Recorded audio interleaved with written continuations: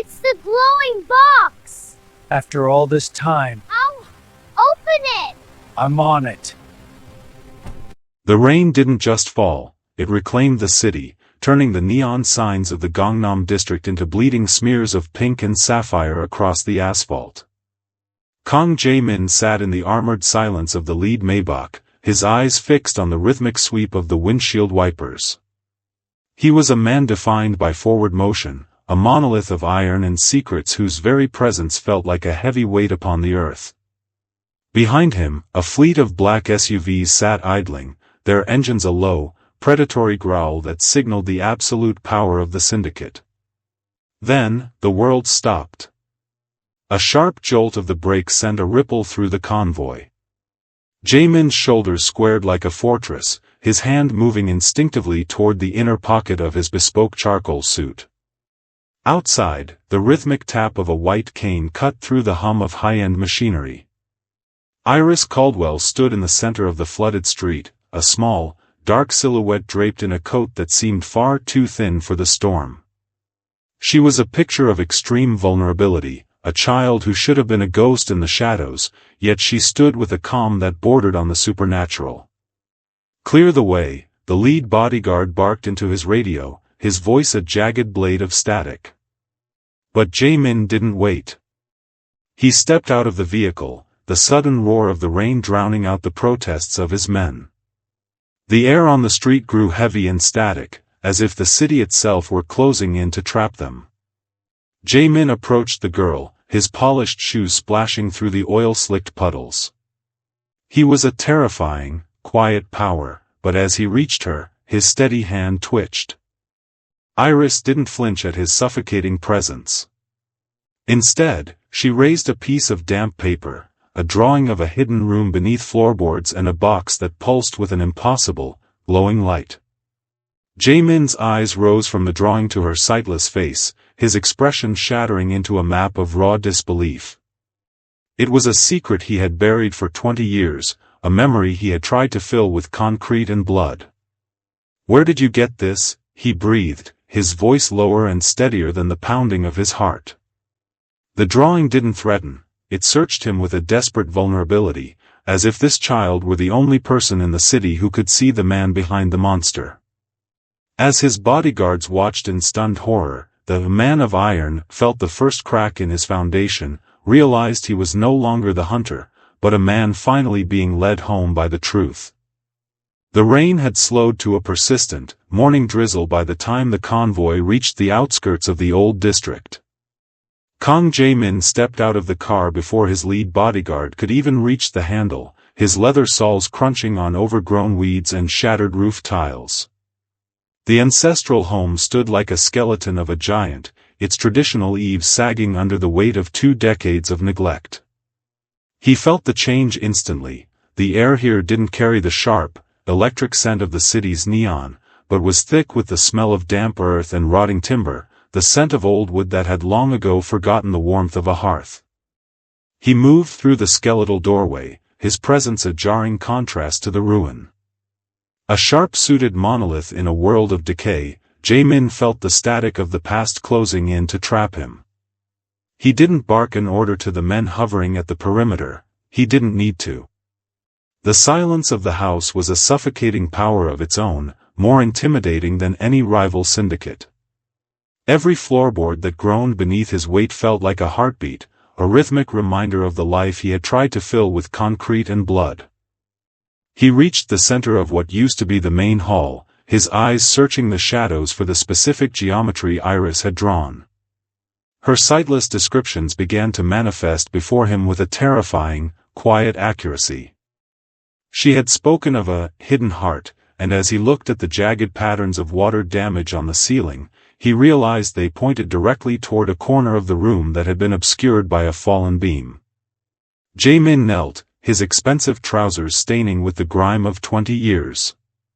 His steady hand twitched as he brushed away a layer of gray dust, revealing the faint, rectangular outline of a seam in the wood.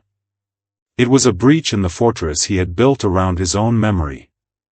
For a heartbeat, he wondered if he was walking into a trap, if the ghost of his mother had led him here to face a truth he wasn't strong enough to carry. As he pressed his fingers against the seam, the air grew heavy, smelling of the dry jasmine tea his mother used to brew.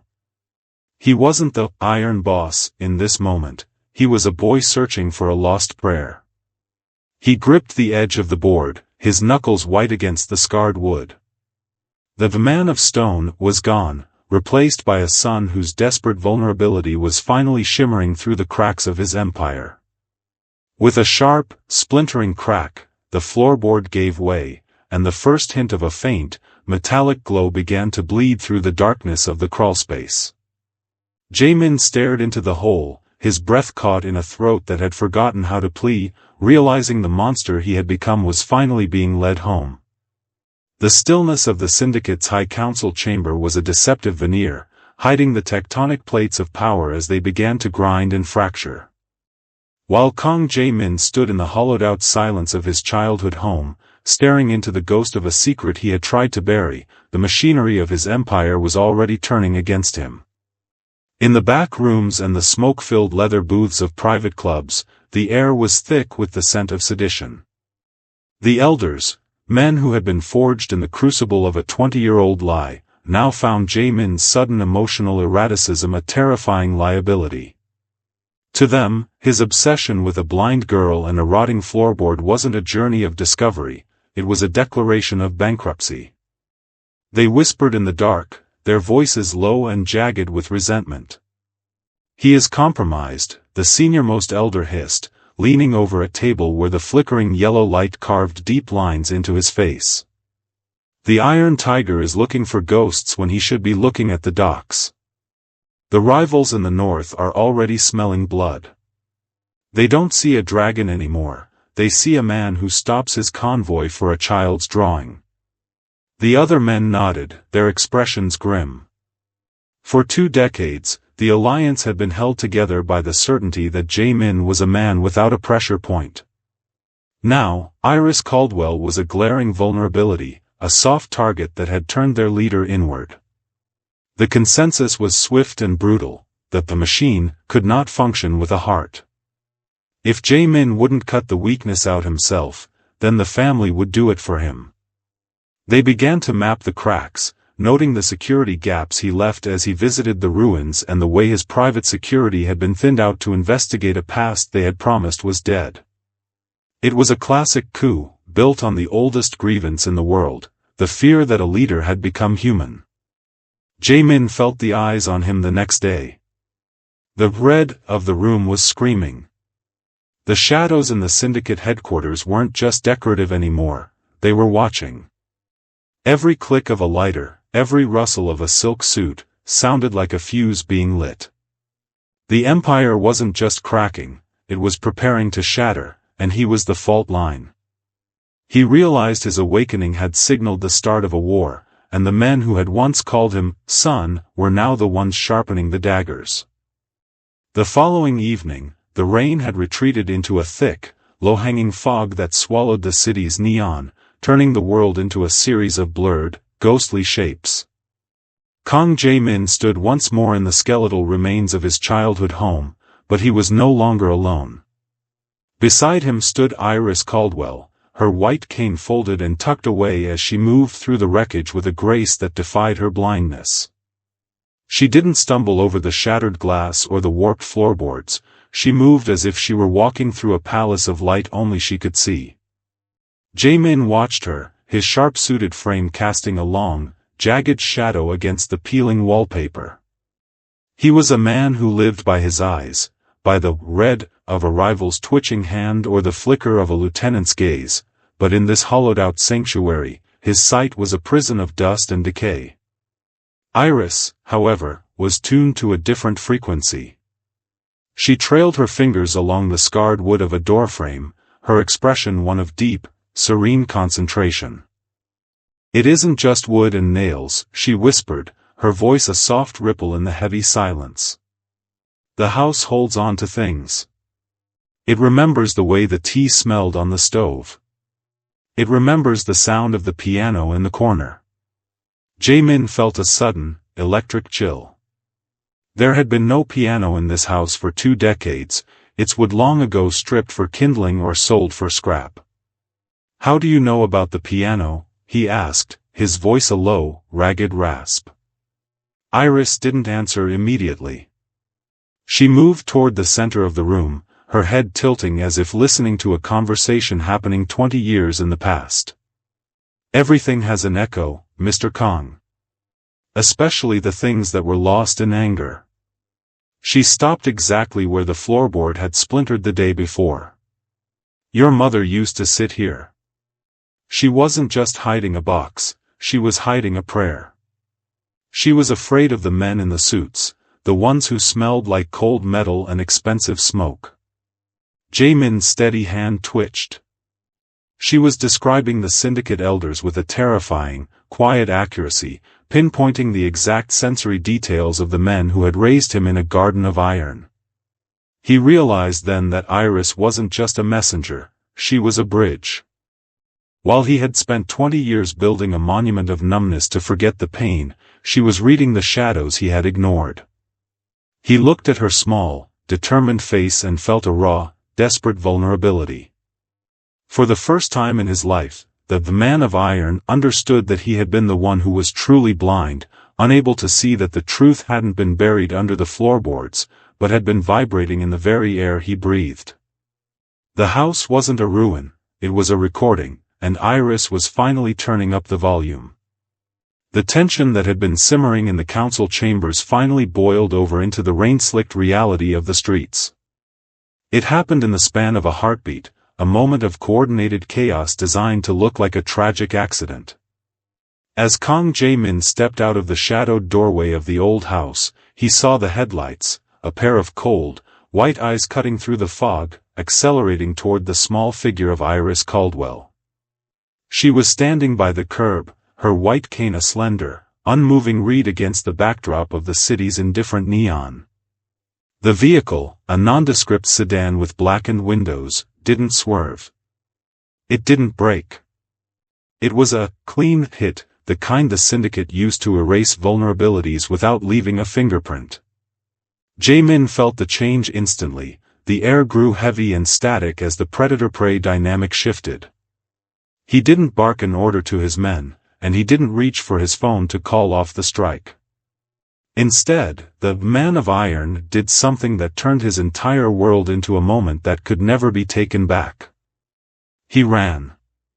His expensive leather soles skidded on the wet asphalt as he threw himself across the distance, his sharp-suited frame a dark blur against the sapphire streetlights.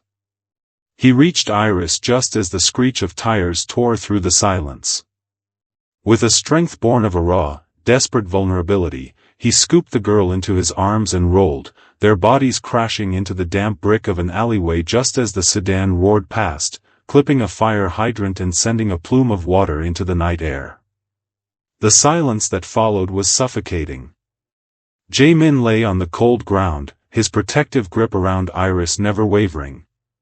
He could feel her heart pounding against his chest, a rhythmic reminder of the life he had almost let the machine consume. He looked up to see his own lead bodyguard standing by the SUV, his hand resting on his holster, his expression a mask of stunned horror. The hit hadn't been an accident, and Jae-min's intervention wasn't just a rescue, it was an act of open sedition. By choosing the child over the syndicate's purity, he had effectively clicked his own pen shut on his career as the Iron Tiger. He stood up slowly, cradling the blind girl against his charcoal suit, his gaze piercing through the fog toward the men who were once his brothers. He was no longer a monolith of iron and secrets, he was a traitor to the only family he had ever known. The first crack in his empire had become a canyon, and as the distant police sirens began to wail, Jae-min realized he had finally stepped into the fire. He was no longer ruling through fear, he was running for the truth.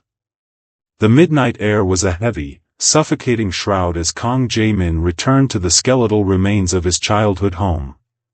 He didn't arrive with the roar of a motorcade this time, he arrived in a nondescript sedan, a ghost in his own city. Every shadow in the overgrown yard felt like a sniper's nest, every rustle of the dead leaves a whispered threat from the elders he had betrayed. Beside him, Iris moved with an uncanny, silent certainty. She didn't need a flashlight to navigate the darkness of the main hall. She walked with the confidence of someone who had never relied on the flickering deception of neon. The house seemed to exhale as they stepped across the threshold, the scent of old wood rising to meet them like a long-held breath. Jae-min felt the change instantly. The static of the city was gone, replaced by a rhythmic groaning of timber that sounded almost like a heartbeat. He stood in the center of the ruin, his expensive charcoal coat ruined by dust, watching the girl he had sacrificed his empire to protect. "It's louder tonight," Iris whispered, her voice barely a ripple in the stillness. She tilted her head, her sightless eyes fixed on a point in the darkness that Jae-min's eyes couldn't perceive. "The house is trying to tell you where it's been hurting." She began to move, her white cane tapping a slow, melodic beat against the warped floorboards. Each strike sent a dull echo through the crawlspace below, a hollow sound that resonated in Jae-min's chest. He followed her, his steady hand twitching as he clutched a heavy pry bar. He was a man who had built a life on the tangible, on ledgers, territory, and cold steel, but here, he was at the mercy of a child's intuition and the echoes of a tragedy he had tried to erase. Iris stopped in a small alcove where the moonlight struggled to pierce through the grime of the windows. "Here," she said, her voice dropping to a low, ragged rasp. "The floorboards breathe here. They're cold, but the light underneath is warm." Jae-min knelt, the grit of 20 years grinding into his knees. He pressed his palms against the wood and felt it, a faint, rhythmic vibration, the subtle shift of air through a seam that had been perfectly concealed for 2 decades. It wasn't just a physical space, it was a breach in the monument of numbness he had called a life. With a raw, desperate vulnerability, he jammed the steel bar into the crack. The sound of the wood splintering was a scream in the silence, a moment that could never be taken back. As the boards gave way, a soft, amber glow began to bleed into the room, illuminating Jae-min's face with a truth he had finally found the courage to see. He wasn't just digging for a box, he was finally opening the door to a home he thought was lost forever. The amber light bleeding from the floorboards was not the harsh glare of neon, but a soft, antique radiance that seemed to breathe with the rhythm of the house. As Kang Jae-min pulled back the final splintered plank, the air grew thick with a scent he hadn't known. He remembered, dried lavender and the metallic tang of old keys. Resting in the dirt of the crawlspace was a small, lacquered box, its surface shimmering with a strange, bioluminescent fungus or perhaps a trick of the moonlight reflecting off its brass fittings. It was a beautiful, fragile thing, a piece of a world that didn't belong in a city of concrete and iron. Jae-min reached for it, his scarred hands trembling with a raw, desperate vulnerability. For a heartbeat, the iron tiger was gone, replaced by the boy who used to hide under the kitchen table. But as his fingers brushed the lid, the silence of the house was shattered by a sound that curdled the blood in his veins, the synchronized, metallic click of safeties being switched off. He felt the change instantly. The heavy, static air of the ruin was pierced by the cold red dots of laser sights dancing across the peeling wallpaper like hungry insects. The cleaners had arrived, the silent executors of the syndicate who didn't leave survivors and never made mistakes. They were shadows within shadows, moving with a terrifying, quiet power that suggested the building was already a tomb. "Don't move, Jae-min," a voice rasped from the darkness of the hallway, a voice that had once offered him counsel in the High Council. "The elders want the box. They don't necessarily need you." Jae-min didn't look up. He felt Iris's small hand tighten on his shoulder, her grip a slender anchor in the rising tide of violence. His presence, once a monolith of authority, was now a target. He knew the protocol. The cleaners would wait for the order to erase the vulnerability that Iris represented. The stakes had never been higher, not for his empire, but for the truth that lay within the glowing wood beneath his palms. With a slow, deliberate movement, Jae-min pulled the box into his lap, shielding it with his sharp-suited frame. He could feel the eyes of a dozen killers on him, their barrels leveled at his heart. The air was suffocating, the scent of old wood replaced by the biting odor of cordite and rain-drenched wool. He looked at Iris, whose sightless eyes were turned toward the shadows with a serene, terrifying calm. "Hold on to me," he whispered, his voice lower and steadier than the pounding of his heart. The first line of a brand new story was being written in the dust of his childhood home, and he realized he would rather die protecting this light than live another hour in the dark. The lacquered lid creaked open, a sound that seemed to echo through the hollow ribs of the house like a dying man's last breath. Inside the box, nestled against faded velvet that smelled of a life long ago turned to ash, lay a collection of letters and a heavy, tarnished bronze medallion bearing the seal of the syndicate's inner circle. Kang Jae-min felt the change instantly. The air in the room grew heavy and static as he unfolded a single, yellowed page, not a confession, but a ledger. It was a cold, transactional record of his father's disposal, signed by the very men who had stood at his father's funeral and claimed to be his guardians. The glowing light from the box flickered, casting long, dancing shadows that made the bronze medallion look like a bleeding eye. Jae-min's presence, once a monolith of iron and secrets, seemed to fracture under the weight of the ink. The paper revealed a terrifying, quiet truth: the elders hadn't just raised him, they had harvested him. They had orchestrated the slaughter of his youth to prune a successor they could control, turning a grieving boy into a sharp-suited weapon for their own profit. His steady hand twitched, the paper rustling in the silence of the siege. He realized then that his monument of numbness hadn't been a shield against his enemies, but a cage built by the men he called brothers.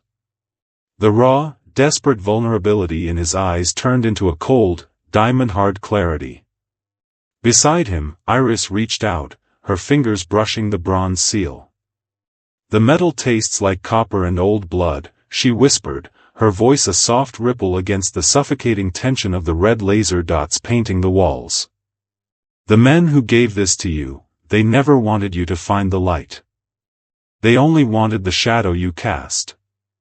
Jae-min looked toward the darkness of the hallway where the cleaners waited, their presence a death sentence he had once enforced. The betrayal of bronze had turned his world into a moment that could never be taken back. He wasn't just a leader anymore, he was a living witness to a 20-year-old crime. As the lead cleaner stepped into the amber glow, his silenced pistol leveled at Iris's heart, the Iron Tiger felt the last of his loyalty snap. The elders had built him to be a monster, but they had forgotten that a monster's first instinct is to destroy its creators. He tucked the ledger into his coat, his body casting a protective shadow over the girl and the box, and prepared to show the syndicate exactly what kind of fire they had spent 2 decades stoking. The flash of the first muzzle hit the dark hallway like a jagged bolt of lightning, but Kang Jae-min was already moving. He didn't move with the panicked desperation of a victim, he moved with the terrifying, quiet precision of a predator who had spent 20 years perfecting the art of violence. He pulled Iris behind the solid oak pillar of the main hall just as a hail of suppressed gunfire chewed into the plaster, turning the air into a suffocating fog of white dust and splinters. Outside, the drizzle had intensified into a torrential downpour, the rain drumming against the skeletal roof in a rhythmic roar that masked the soft footfalls of the approaching cleaners. Jae-min felt the change instantly. The static of the standoff had snapped into the fluid chaos of a war he had once commanded. He wasn't the Iron Tiger defending an empire tonight, he was a man protecting the only light he had left. With a raw, desperate vulnerability, he pushed Iris toward the crawlspace, his sharp-suited frame a dark shield against the red laser sights that danced through the gloom. "Stay low and don't stop moving," he whispered, his voice lower and steadier than the pounding of his heart. He didn't reach for a holster, he reached for the environment he knew by heart. He kicked a heavy, rotting dining table onto its side to create a breach in the cleaner's line of sight, then lunged into the shadows of the kitchen. The battle was a symphony of fire and rain. Jae-min used the house like a weapon, leading the killers through a maze of collapsing beams and narrow corridors. He moved through the darkness with a grace that suggested he could see the echoes of the house just as Iris did. When the lead cleaner rounded the corner, Jae-min didn't hesitate. He used the momentum of his descent from a sagging staircase to disarm the man, the bronze medallion from the box gripped in his hand like a jagged shard of truth. The air was thick with the scent of cordite and wet earth. Every exchange of fire was a moment that could never be taken back, a violent dismantling of the life he had built on the Elder's lies. As he cleared the final hallway, his charcoal suit torn and soaked with a mixture of rain and blood, he saw Iris waiting by the back exit, her white cane held tight like a talisman. He grabbed her hand, the contact a sudden, grounding heat in the cold chaos.